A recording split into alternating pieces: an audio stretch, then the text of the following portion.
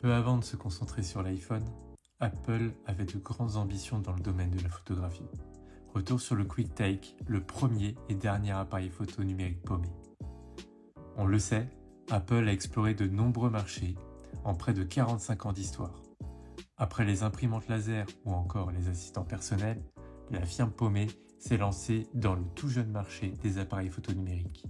En seulement 3 ans, Apple aura produit 4 appareils différents, avec un succès plutôt timide malgré de jolies fiches techniques pour l'époque. Sentant que le marché pouvait apporter énormément d'argent et permettrait de donner un second souffle à l'entreprise après le départ de Steve Jobs, les patrons réfléchissent dès 1992 à l'élaboration de leur propre appareil photo paumé. Toujours dans l'optique de révolutionner les marchés sur lesquels ils s'embarquent, la firme de Cupertino veut proposer un appareil photo entièrement numérique en couleur. Afin de réduire au maximum les coûts de production et d'arriver le plus vite possible à un produit fonctionnel, Apple se mit à la recherche d'une entreprise pour aider dans sa conception. C'est ainsi que la firme paumée signa un accord de non-divulgation avec l'entreprise américaine Kodak, qui serait responsable du design de l'appareil, mais aussi de la création de son capteur. Enfin, Chinon Industries travaillerait sur l'électronique et les composants du produit. Le premier appareil, le QuickTake 100, se destine avant tout au grand public, et notamment aux clients désireux de s'essayer à la toute jeune photographie numérique.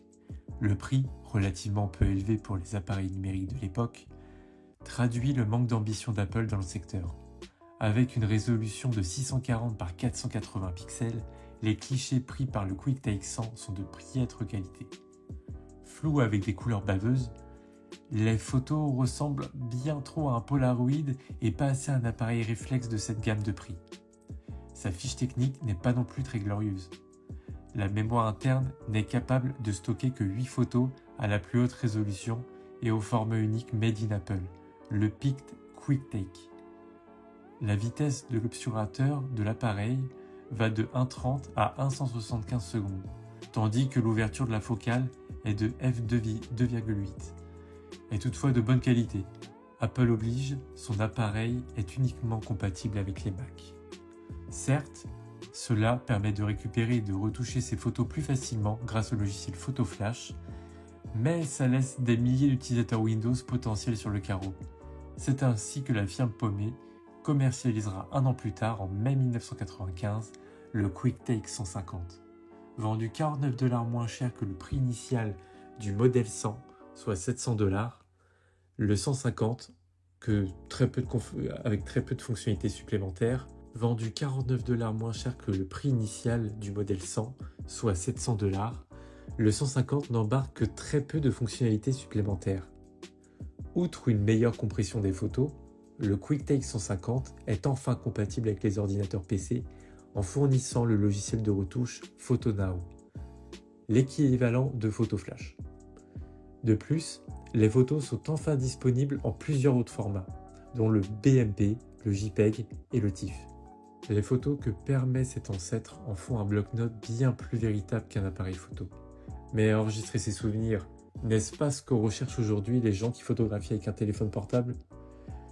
Les couleurs sont acceptables, mais la dynamique très courte du capteur aboutit presque toujours à une ombre bouchée sur une surface importante de l'image. À part la couleur, elles font penser à ce qu'on pouvait faire avec le Kodak numéro 1, un siècle auparavant. Malheureusement, les sorties très rapprochées des 2 précédents modèles et le manque d'ambition d'Apple ne leur permit pas de réaliser de bons chiffres de vente. Les 2 premiers modèles furent un échec cuisant et la collaboration entre Apple et Kodak dut couper court. La faute à des dissensions entre les 2 géants américains. À la recherche d'un nouveau partenaire pour son nouveau modèle QuickTake, Apple se lance vers le japonais Fujifilm. Ce nouveau partenariat donna très vite naissance à son nouveau QuickTake, le 200. Sorti en janvier 1997, le QuickTake 200 arbore un design plus traditionnel, sobre mais également plus réussi, loin des styles jumelles, qu'arborait le QuickTake 100 et le 150. Vendu $600, le 200 se veut également un appareil de bonne qualité à bas coût. C'est pourquoi l'appareil photo embarque une fiche technique plus moderne que ses prédécesseurs, avec notamment un écran LCD, la possibilité d'ajouter une carte mémoire de 4 mégas ainsi qu'une vitesse d'obturation pouvant monter à 1/5000 secondes. Le retour de Steve Jobs chez Apple en septembre 1997 sonna le glas pour le QuickTake 200, seulement 9 mois après sa sortie.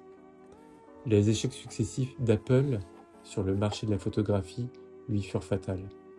Il a fallu attendre 2007 avant de revoir la firme de Cupertino s'intéresser à la photo avec l'iPhone. La marque QuickTake n'en est pas morte pour autant. À la sortie d'iOS 13 et des iPhone 11 en 2019, Apple a implémenté une fonctionnalité à l'appareil photo de ses iPhones permettant d'enregistrer une vidéo tout en prenant des photos. Son nom, QuickTake.